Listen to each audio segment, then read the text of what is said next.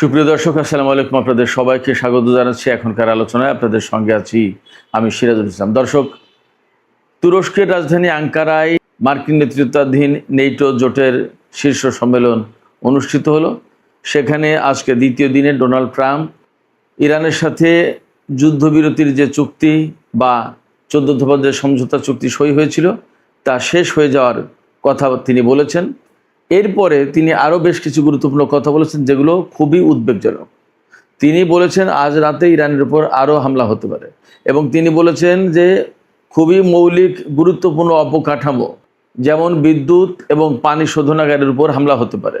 এরপরে ইরানের যে তেল রপ্তানির প্রধান কেন্দ্র খার্ক দ্বীপ, তার উপরে গত রাতে হামলা চালিয়েছে এবং আজকে আবার হামলা চালাতে পারে। এরপরে তিনি সরাসরি ঘোষণা দিয়েছেন হরমুজ প্রণালী এলাকায় আবার আমেরিকা নৌ ব্লকেড শুরু করতে পারে। সবার জাহাজ চলতে পারবে, ইরানের জাহাজ চলতে পারবে না। এছাড়া এরই মধ্যে ইরানের উপর কিন্তু তেল নিষেধাজ্ঞা আরোপ করেছে, অর্থাৎ ইরানের তেলের উপর থেকে নিষেধাজ্ঞা প্রত্যাহার করে নিয়েছিল গত 17 জুন 14 দফা সমঝোতা সই হওয়ার পর, কিন্তু সেই নিষেধাজ্ঞা আবার বহাল করলো। তার মানে দাঁড়াচ্ছে ইরান কিন্তু এখন আর তেল বিক্রি করতে পারবে না। এরই মধ্যে হরমুজ প্রণালীতে একেবারেই তেল ট্যাঙ্কার চলাচল, তেলবাহী জাহাজ চলাচল কমে গেছে। যেখানে চুক্তি সইয়ের পর গড় পড়তা 32টি করে জাহাজ চলছিল, সেখানে আজকে মাত্র 4টি জাহাজ চলেছে। এর একেবারেই স্বাভাবিক প্রতিক্রিয়া পড়েছে তেলের বাজারের উপরে। তেলের বাজারে গড় পড়তা ব্রেন্ট ক্রুড এবং ওয়েস্টার্ন টেক্সাস ইন্টারমিডিয়েট, যেটা এই দুটো মিলে গড় পড়তা শতকরা 5 ভাগ দাম বেড়েছে। তার মানে পরিস্থিতি আবার অনেক বেশি উত্তপ্ত। শুধু উত্তপ্তই না, যেখানে মার্কিন প্রেসিডেন্ট ডোনাল্ড ট্রাম্প আজকে ইরানের উপরে নতুন করে হামলা চালানো হবে এবং হামলা আগের চেয়ে শক্ত হবে, কঠোর হবে, তখন ইরানের পক্ষ থেকে কি বলা হচ্ছে? ইরানের প্রেস টিভি জানিয়েছে একটি নিরাপত্তা সূত্রের বরাত দিয়ে যে ইরান এই নীতি গ্রহণ করেছে, আমেরিকা যদি একটা জায়গায় হামলা চালায় তাহলে ইরান দুটো লক্ষ্যবস্তুতে হামলা চালাবে, অর্থাৎ আমেরিকা যে মাত্রায় হামলা চালাবে তার ডাবল হামলা চালাবে ইরান। এটা ইরানের এই মুহূর্তের নীতি। বাস্তবতা হচ্ছে ইরান যখন তার সর্বোচ্চ নেতাকে জানাজা এবং দাফনের চূড়ান্ত প্রস্তুতি নিচ্ছে, অর্থাৎ আগামীকাল দাফন, সেই মুহূর্তে আমেরিকা ইরানের উপর নতুন করে যুদ্ধ চাপিয়ে দেওয়ার ব্যবস্থা পাকাপোক্ত করছে। এখানে সবচেয়ে বড় প্রশ্ন হয়ে দেখা দিয়েছে, এই যুদ্ধ কি ছোটোখাটো পর্যায়ে থাকবে, নাকি ইসরায়েল জড়িয়ে যাবে এবং বড় রকমের সংঘাত শুরু হবে? পিট হেগসেতের ইসরায়েল সফর বাতিল করা কিন্তু একটা গুরুত্বপূর্ণ ইঙ্গিত। সুপ্রিয় দর্শক, এখন আমি এই সমস্ত বিষয় নিয়ে বিস্তারিত আলোচনা করব। বিশেষ করে ইরানের যে সামরিক প্রস্তুতি এবং ডোনাল্ড ট্রাম্প যে কিভাবে হামলা চালাতে চাইলেন, এই সমস্ত বিষয় নিয়ে আমি একদম ডিটেলস আলোচনা করার চেষ্টা করব। এর পাশাপাশি তেলের বাজার এবং আন্তর্জাতিক বাজার কোথায় যাচ্ছে, কি হতে যাচ্ছে, আবার বিশ্ব অর্থনীতি, সেই বিষয়গুলো আমি খুঁটিয়ে খুঁটিয়ে তুলে ধরার চেষ্টা করব। আশা করি আপনারা শেষ পর্যন্ত সঙ্গে থাকবেন। একই সাথে আমি এই কথাও তুলে আনার চেষ্টা করব যে পাকিস্তান, বিশেষ করে পাকিস্তান সরকার ইরান এবং আমেরিকার মধ্যকার যুদ্ধবিরতির ব্যাপারে যে মধ্যস্থতা করেছে এবং যে সফলতা অর্জন করেছিল, তা কি ম্লান হয়ে যেতে বসেছে, এ বিষয়েও আলোচনা থাকবে। আশা করি আপনারা শেষ পর্যন্ত সঙ্গে থাকবেন। আর ভিডিও যদি ভালো লাগে তাহলে লাইক, কমেন্ট, শেয়ার করবেন এবং চ্যানেলটি সাবস্ক্রাইব করে সাথেই থাকবেন। দর্শক, চলুন মূল আলোচনায় চলে যাই। মূল আলোচনার শুরুতে আমি বলি, তুরস্কের আঙ্কারায়, রাজধানী আঙ্কারায় গতকাল থেকে মার্কিন নেতৃত্বাধীন নেটো জোটের শীর্ষ সম্মেলন শুরু হয়েছে। এই সম্মেলনে নানা রকমের কথা হয়েছে। এই সম্মেলনে তুরস্ক আমেরিকার কাছে দাবি করেছে যে তাদের কাছে F-35 জঙ্গি বিমান বিক্রি করতে হবে, কারণ তাদের টাকা দেওয়া রয়েছে এবং তুরস্ককে আমেরিকা দিতে চেয়েছিল। সেই চুক্তি করে, ওয়াদা দিয়ে, প্রতিশ্রুতি দিয়ে কেন দেবে না, এরকম কথা বলেছে।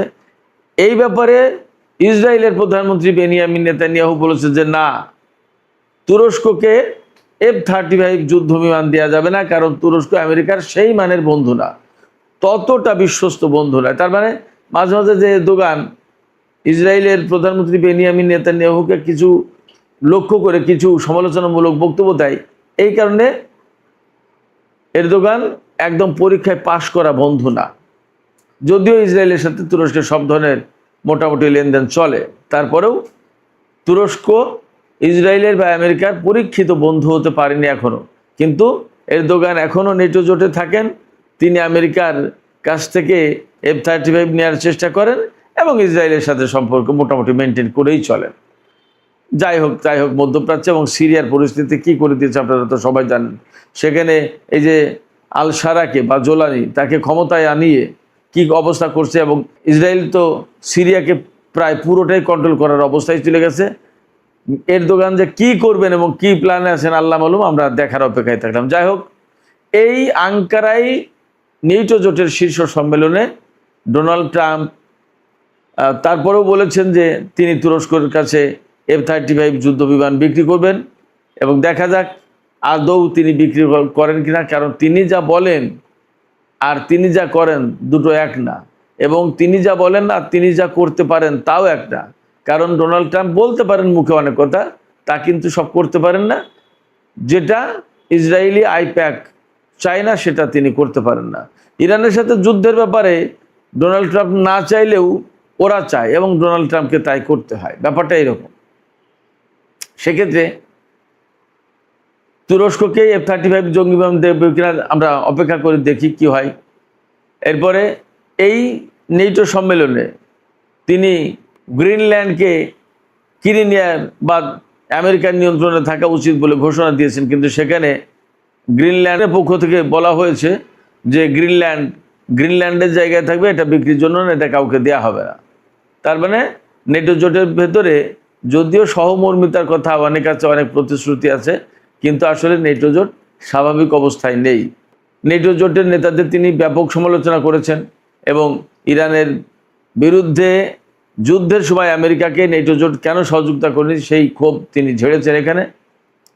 তবে যে চূড়ান্ত ডিক্লারেশন হয়েছে তাতে নেটো জোটের সদস্যরা বলেছেন যে হরমুজ প্রণালী একদম উন্মুক্ত থাকা উচিত, এবং সবাই স্বাধীনভাবে এখানে জাহাজ চালাতে যাতে পারে সেই ব্যবস্থা করতে হবে। যদিও ইরান একদম সুস্পষ্ট করে আসতে ঘোষণা দিয়েছে যে হরমুজ প্রণালী অবশ্যই ইরানের নিয়ন্ত্রণে থাকবে, এবং ইরান নির্ধারিত রুটেই জাহাজ চলাচল করতে হবে, তার যেভাবে হোক প্রয়োজনে এর জন্য যুদ্ধ করতে প্রস্তুত ইরান। একদম ইরানের পরিষ্কার ঘোষণা। এটা গেল এক।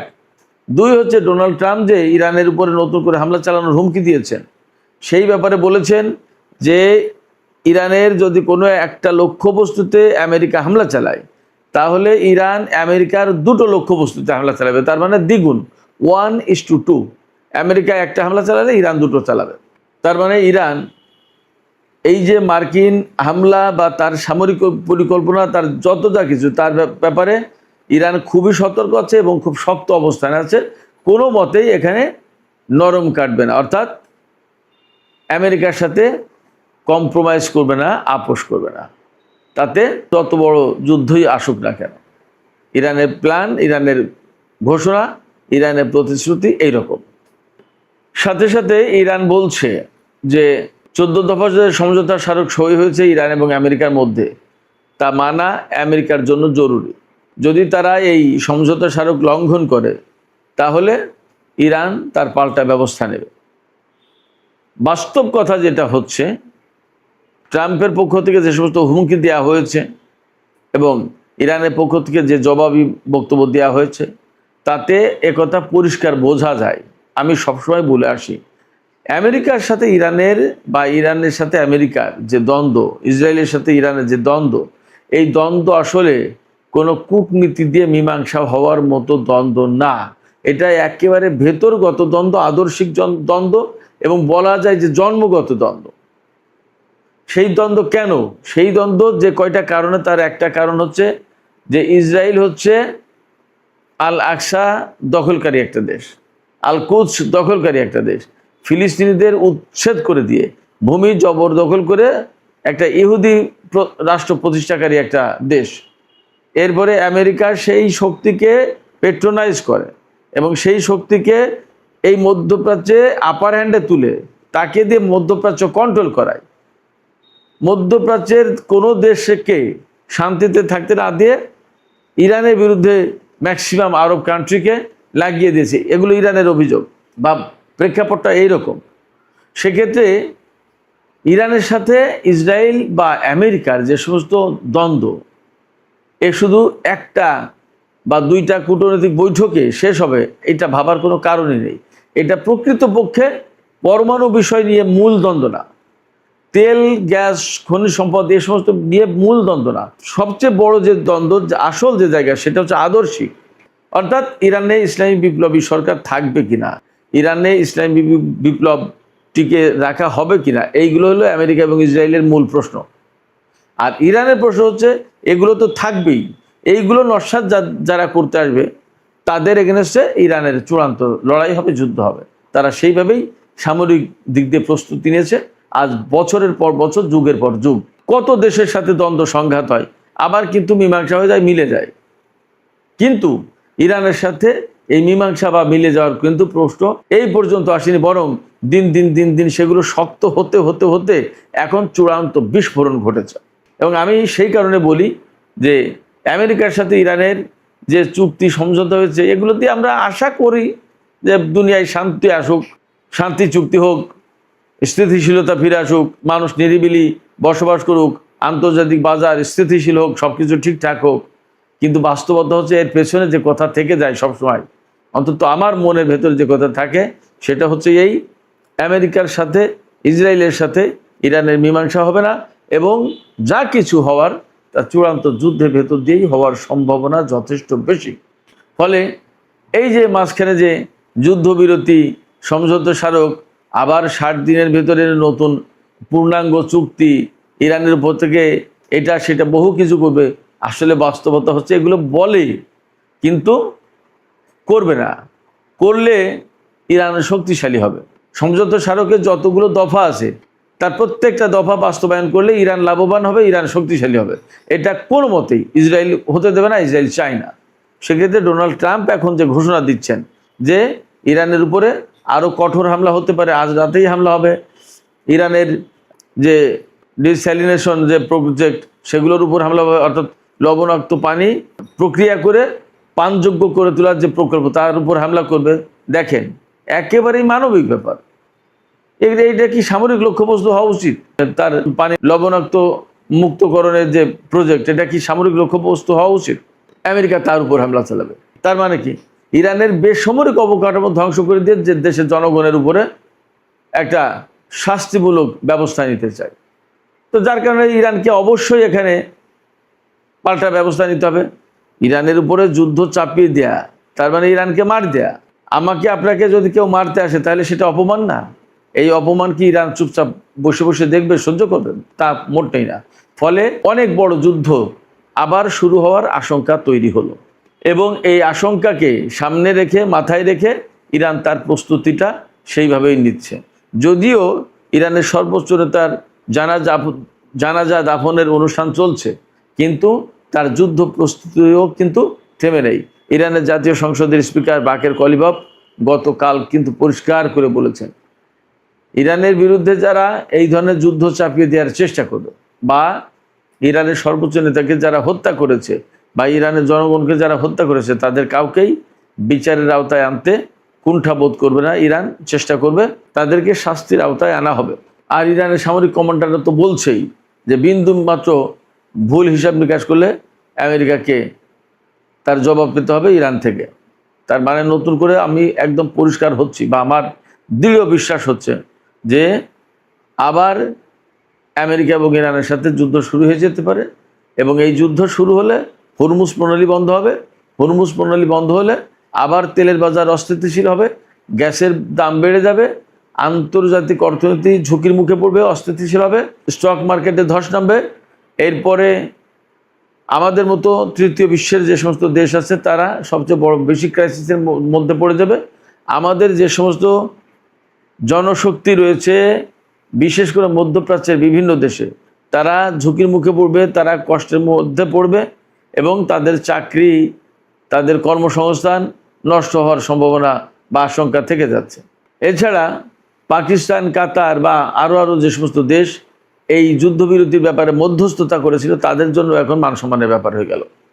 কারণ আমেরিকা যখন এই চুক্তি রাখছে না, ভেঙে দিচ্ছে বা ভেঙে দেওয়ার কথা বারবার বলছে, তখন তাদের জন্য একটা প্রেস্টিজের ব্যাপার হয়ে গেল।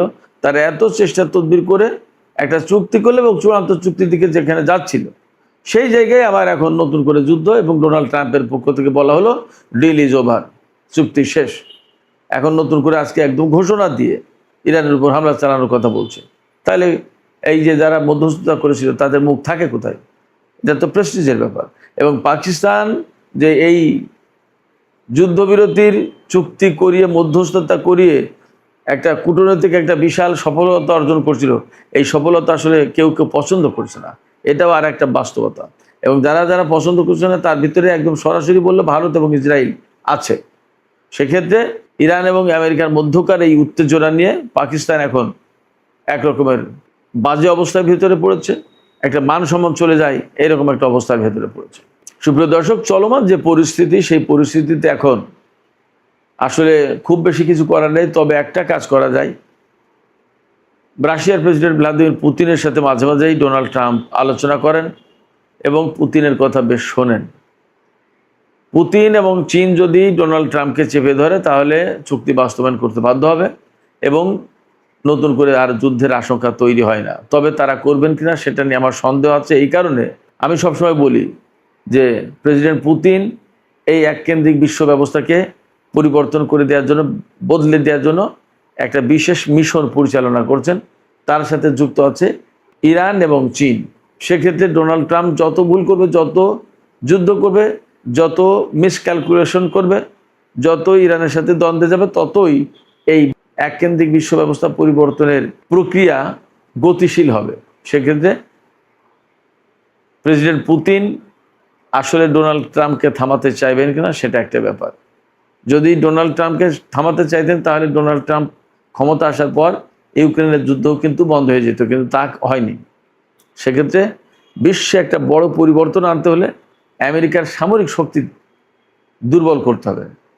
আমেরিকার সামরিক শক্তি দুর্বল করতে হলে যুদ্ধ প্রয়োজন। হয়তো সেই দিকেই থাকছে বা সেই দিকেই হাঁটছে সব।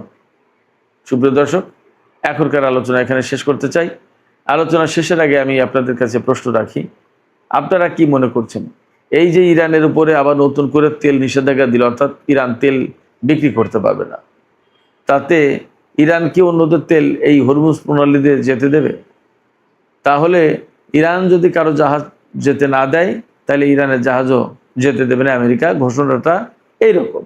এই অবস্থায় হরমুজ প্রণালীকে কেন্দ্র করে আবার বড় সংঘাতের দিকে দুই পক্ষ যাচ্ছে কিনা আপনাদের কি মনে হয়?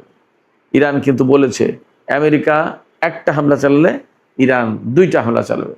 সেক্ষেত্রে আপনাদের পর্যবেক্ষণ, বিশ্লেষণ বা মতামত কমেন্টে জানাতে পারেন। আর ভিডিও ভালো লাগলে লাইক, কমেন্ট, শেয়ার করবেন এবং চ্যানেলটি সাবস্ক্রাইব করে প্লিজ সাথেই থাকবেন। দর্শক, এখনকার আলোচনা এখানে শেষ করছি। আপনারা সবাই অনেক অনেক ভালো থাকুন। আল্লাহ হাফেজ।